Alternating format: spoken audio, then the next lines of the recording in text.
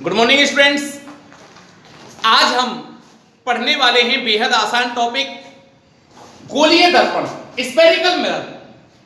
ठीक है ना। तो देखो बेटा, गोलीय दर्पण होता क्या है। एक खोखला कांच का गोला, उसके एक कर्व सरफेस को कट कर लीजिएगा। ठीक है ना। जैसे देखो, ये है हमारा कांच का खोखला गोला है और इसका मैंने एक सरफेस कट कर लिया, जैसे कि मैंने ये कट कर लिया, राइट। अब इसके सरफेस पर मैं एक तरफ रजत मतलब सिल्वर की पॉलिश कर दी थी। तो जैसे मैंने सिल्वर की पॉलिश ये हो गई, बाहर की तरफ हो रही है, तो बताओ इसका परावर्तक पृष्ठ किधर होगा? अंदर की ओर, राइट। अगर मैं इसी पॉलिश को अंदर की ओर करता तो अब बताओ इसका परावर्तक पृष्ठ कौन सा होगा? बाहर की ओर होगा, राइट।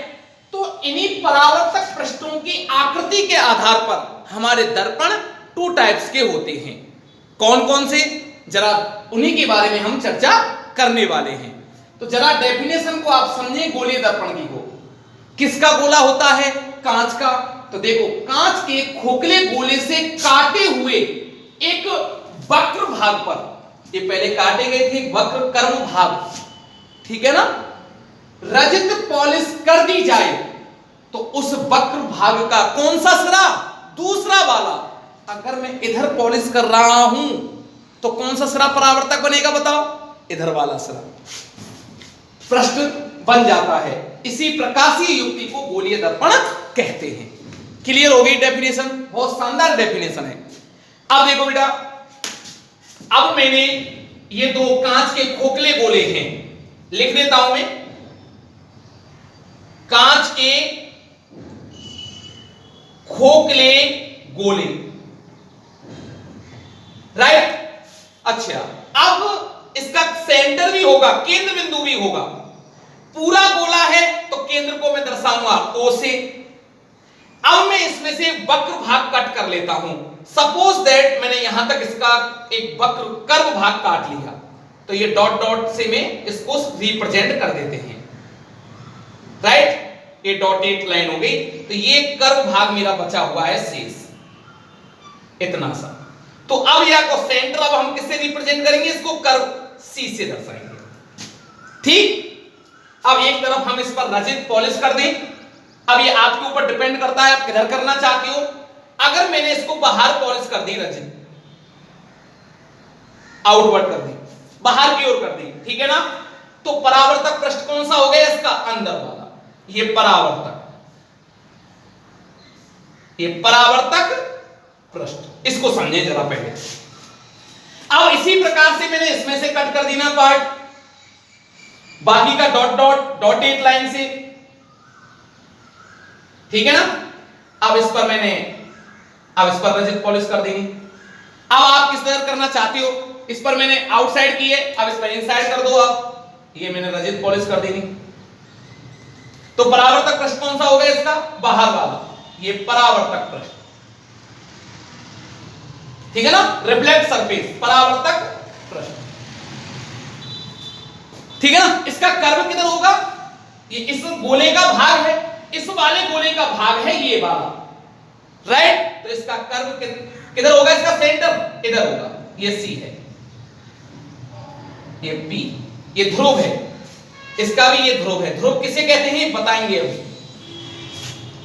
तो देखो बेटा, इसका परावर्तक पृष्ठ आप देखें तो किधर है? धसा हुआ है अंदर की ओर। और इसका परावर्तक पृष्ठ देखें तो बाहर की ओर उभरा हुआ है। तो इन्हीं परावर्तक पृष्ठ की आकृति के आधार पर हमारे दर्पण टू टाइप्स के होते हैं, दो प्रकार के होते हैं। कौन कौन सा? एक अवतल दर्पण और एक उत्तल दर्पण। तो जरा देखें आप, ये मिरर है, दिख रहा है आपको? ऐसे देखो आप, मेरे लिए आप बताओगे इसका परावर्तक पृष्ठ अंदर की ओर है कि बाहर की ओर है? किधर है बताओ? परावर्तक पृष्ठ अंदर की ओर धसा हुआ है। और अंदर की ओर धसा हुआ है तो जरा बताएं आप, इनमें से कौन सा दिख रहा है अंदर की ओर धसा हुआ? ये वाला पार्ट दिख रहा है मुझे। तो ये दर्पण और ये दर्पण दोनों सेम हैं, तो इसका नाम क्या दोगे जब परावर्तक पृष्ठ अंदर की ओर होता है? उसे कहते हैं अवतल दर्पण। ठीक है ना। इसका परावर्तक पृष्ठ कैसा है? बाहर की ओर उभरा हुआ है, और जब बाहर की ओर उभरा हुआ होगा तो इसका नाम क्या देंगे अपन? उत्तल दर्पण। कॉन्वेक्स मिरर और कॉनकेव मिरर। ठीक है ना। ये कन्वर्ज करता है, ये डाइवर्ज करता है, फैलाता है ये। राइट। तो जरा इसी के बारे में अपन समझें। बेटा ये इसका, जब इसका परावर्तक पृष्ठ किसी गोले का भाग है, किसी गोले का भाग है, तो उसका केंद्र भी होगा। उस केंद्र को कहते हैं वक्रता केंद्र। क्या कहते हैं बताओ? वक्रता केंद्र। यहां से यहां तक इसका परावर्तक पृष्ठ है, इसका केंद्र भी होगा। इसका मध्य बिंदु जो होगा, परावर्तक पृष्ठ का जो मध्य बिंदु है, उसे कहते हैं पोल, और हिंदी में कहते हैं उसे ध्रुव। ठीक है ना। इस ध्रुव और सी से होकर गुजरने वाली काल्पनिक रेखा, जो सीधी काल्पनिक रेखा होती है, उसे कहते हैं प्रिंसिपल एक्सिस, मुख्य अक्ष। मुख्य अक्ष। ठीक है ना। परावर्तक पृष्ठ का प्रभावी व्यास, ये जो प्रभावी व्यास है, ये कहलाता है द्वारक। इसका जो प्रभावी व्यास है, ये क्या कहलाता है? द्वारक, अपर्चर। परावर्तक पृष्ठ का मध्य बिंदु ध्रुव हो गया, परावर्तक पृष्ठ का व्यास द्वारक कहलाएगा, ध्रुव और सी से होकर गुजरने वाली रेखा मुख्य अक्ष कहलाएगी। राइट। अच्छा, वक्रता केंद्र किसे कहते हैं? परावर्तक पृष्ठ जिस गोले का भाग होता है, क्या बोला? परावर्तक पृष्ठ जिस गोले का भाग होता है, उसका केंद्र बिंदु वक्रता केंद्र कहलाता है। ठीक। इन डेफिनेशनों को मैं लिखा दूंगा। ठीक है ना बेटा। एक होता है वक्रता केंद्र, हो गया वक्रता त्रिज्या, यहां हो गई। P और C के मध्य की दूरी, P ध्रुव और वक्रता केंद्र के मध्य की दूरी कहलाती है वक्रता त्रिज्या। इसको R से रिप्रेजेंट करते हैं। ठीक है ना। इन दोनों के मध्य का बिंदु होता है फोकस बिंदु F। राइट। इसको कैसे डिफाइन करेंगे, अभी हम जरा आगे पढ़ने वाले हैं उस टॉपिक। अभी हम, ठीक है ना, इसको नोट कर लें, जरा जल्दी से ना नोट करें।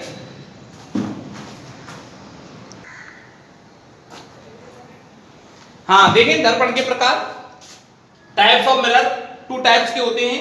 एक तो होता है कॉनकेव मिरर और एक होता है कॉन्वेक्स। ठीक है ना। इसे कहते हैं बेटा अवतल दर्पण, अवतल दर्पण, और इसे क्या कहते हैं अपन? उत्तल दर्पण, उत्तल दर्पण। इसका दूसरा नाम और है, क्या बोलेंगे? कन्वर्ज, और ये डाइवर्ज। कन्वर्ज मतलब होता है अभिसारी, अभिसारी दर्पण, और ये होता है बेटा अपसारी। राइट। इन बातों को जरा ढंग से समझा जाए तो दर्पण के प्रकार किसके आधार पर दिए? परावर्तक पृष्ठ की आकृति के आधार पर। अगर इनका परावर्तक पृष्ठ धसा हुआ है तो वो तो कहलाता है अवतल दर्पण, और उभरा हुआ है वो कौन सा कहलाता है? उत्तल दर्पण। ठीक है ना। तो जरा देखें इसको ढंग से। Number 1, concave mirror.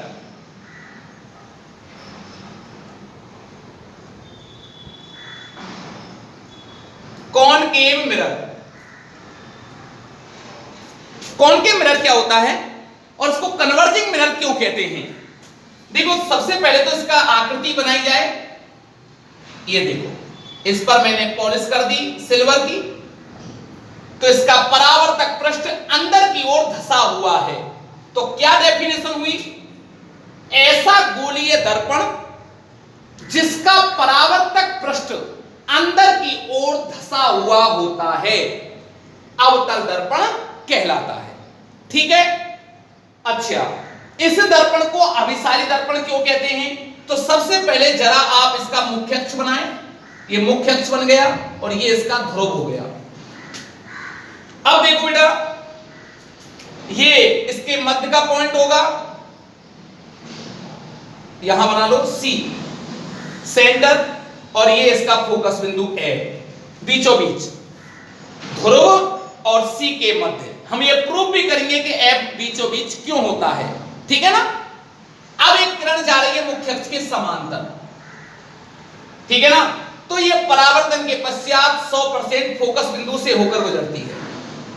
ये भी किरणें एक समांतर गई ऐसे, तो ये भी कहां से, परावर्तन के पश्चात कहां से होकर गुजरेगी, फोकस बिंदु से होकर गुजरेगी, फोकस बिंदु से होकर।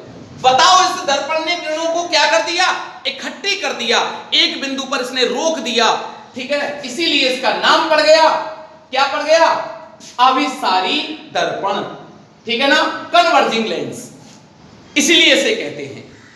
इसीलिए इसका उपयोग जो डेंटिस्ट, जो हमारे दांतों वाले जो डॉक्टर होते हैं वो इसका यूज करते हैं। इसीलिए इस दर्पण को हम डेंटिस्ट मिरर भी कहते हैं, क्योंकि ये प्रकाश किरणों को एक पुंज के रूप में इकट्ठा करता है, संकुचित करता है, जिससे प्रकाश की रोशनी एक पर्टिकुलर पॉइंट पर बढ़ जाए, ठीक है ना। तो इस बात का आप विशेष ध्यान रखें। ओके, समझ में आ गया होगा, ठीक है ना। अच्छा, दूसरी बात देखिए बेटा, नंबर दो है हमारा कॉन्वेक्स मिरर, कॉन्वेक्स मिरर, उत्तल दर्पण। देखो जरा इसकी पहले संरचना बनाई जाए, ये इसकी स्ट्रक्चर है, इसका परावर्तक पृष्ठ कैसा है बताओ, बाहर की ओर उभरा हुआ है। तो ऐसा दर्पण कौन सा दर्पण कहलाएगा, कॉन्वेक्स मिरर, उत्तल दर्पण कहलाता है, ठीक है ना। एक बात और समझी जाए, इस दर्पण की खासियत क्या है। यह दर्पण, पहले इसमें मुख्य अक्ष बनाओ, ये ध्रुव, तो जरा सोचो आप, इसमें किरणें किधर से आपतित होंगी, परावर्तक वाले पृष्ठ से। परावर्तक पृष्ठ कौन सा है, ये वाला, इधर से हमारी किरणें जाएंगी, ठीक है ना। हमेशा परावर्तक पृष्ठ की ओर किरणें जाती हैं, ठीक है ना। ऐसे नहीं कहीं इधर से डालने तो कुछ दिखेगा ही नहीं आपको, हमेशा इधर से जाएंगी। तो ये इस गोले का भाग है, तो इसका देखो इधर ही फोकस होगा, इधर ही इसका सी होगा, इधर मत बना देना, क्योंकि इस इधर होगा इसका शेष पार्ट, जिस गोले से काट करके इसको बनाया गया है।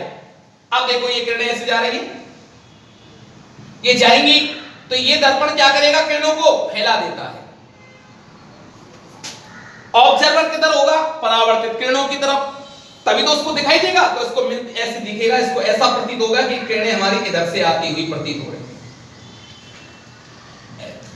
इधर से आती हुई प्रतीत हो रही, ठीक है ना। दूसरी रे भेजो आप, ये गई दूसरी, ये भी परावर्तित हो गई, मिलती हुई प्रतीत होंगी यार। ऑब्जर्वर कहीं इधर होगा, तो इसने किरणों को क्या कर दिया, डाइवर्ज कर दिया, फैला दिया इसने। इसीलिए इस दर्पण को कहते हैं कॉन्वेक्स मिरर, ठीक है। जरा एक बात और ध्यान रखें, इसमें एक शब्द होता है दृष्टि क्षेत्र। क्या होता है बेटा, दृष्टि क्षेत्र, मैं बता देता हूं अभी। दृष्टि क्षेत्र कहते किसे हैं, या तो परावर्तित किरणें हो या अपवर्तित किरणें हो,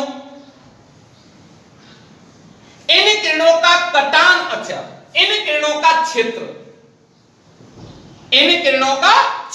क्या कहलाता है, दृष्टि क्षेत्र। तो जरा देखें आप, इन दोनों दर्पणों में से कौन से दर्पण का दृष्टि क्षेत्र बड़ा है, इस वाले का कि इस वाले का, इस वाले का दृष्टि क्षेत्र बड़ा है। इस दृष्टि क्षेत्र बड़े होने के कारण हम अपने साइड में जो भी ड्राइवर लोग होते हैं, पायलट होते हैं, जो गाड़ी चलाते हैं, तो वो साइड में कौन सा मिरर यूज में लेते हैं, उत्तल दर्पण। क्यों, इसका दृष्टि क्षेत्र बड़ा है। अगर हम पीछे के दृश्य को देखना चाहें तो सबसे ज्यादा वो किरणें परावर्तित होकर उस वस्तु से फैलेंगी, तभी तो हम पीछे के दृश्य को देख पाएंगे।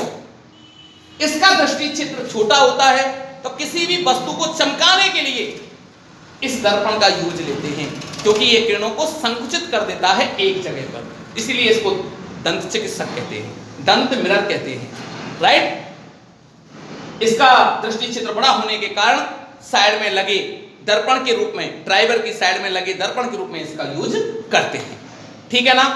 एक खुशखबरी बताता हूं मैं आपको, यहां पे खुशखबरी ध्यान रखना, खुशखबरी, बहुत अच्छी खुशखबरी। इस टॉपिकों के लिए। दर्पण हो चाहे लेंस हो, उत्तल की जब भी मैं बात करूं आपसे, उत्तल दर्पण की, चाहे वो लेंस हो, चाहे वो दर्पण हो, चाहे वो उसकी शक्ति हो, उनके लिए, उत्तल दर्पण के लिए चाहे फोकस दूरी हो, चाहे आर हो, चाहे पी हो, इनके लिए सब कुछ क्या होगा? पॉजिटिव होगा। क्या बोला? उत्तल दर्पण, चाहे उत्तल लेंस हो, चाहे दर्पण हो, ध्यान रखना, उत्तल दर्पण और लेंस के लिए एफ का मान, एफ मींस फोकस दूरी, आर मींस वक्रता त्रिज्या, पी मींस पावर शक्ति, इसका मान क्या होगा? हमेशा हमेशा पॉजिटिव। क्लियर? अवतल के लिए ध्यान रखें, बच्चे कंफ्यूज होते हैं इसलिए मैंने पहले लिखा दिया है आपको। अवतल के लिए चाहे वो लेंस हो, चाहे वो दर्पण हो, एफ का मान, आर का मान, पी का मान क्या होगा बेटा? नेगेटिव होता है। चला इस बात को ध्यान रखना, न्यूमेरिकल में बहुत यूज होता है, और ऑप्टिक्स में से आपको बता दिया था मैंने 100% एक न्यूमेरिकल तो आता है, 100%। ठीक है ना?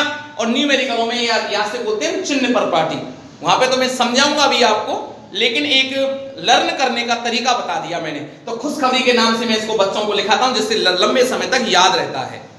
ठीक है ना बेटा? तो आज के लिए ही इतना ही काफी। Thank you.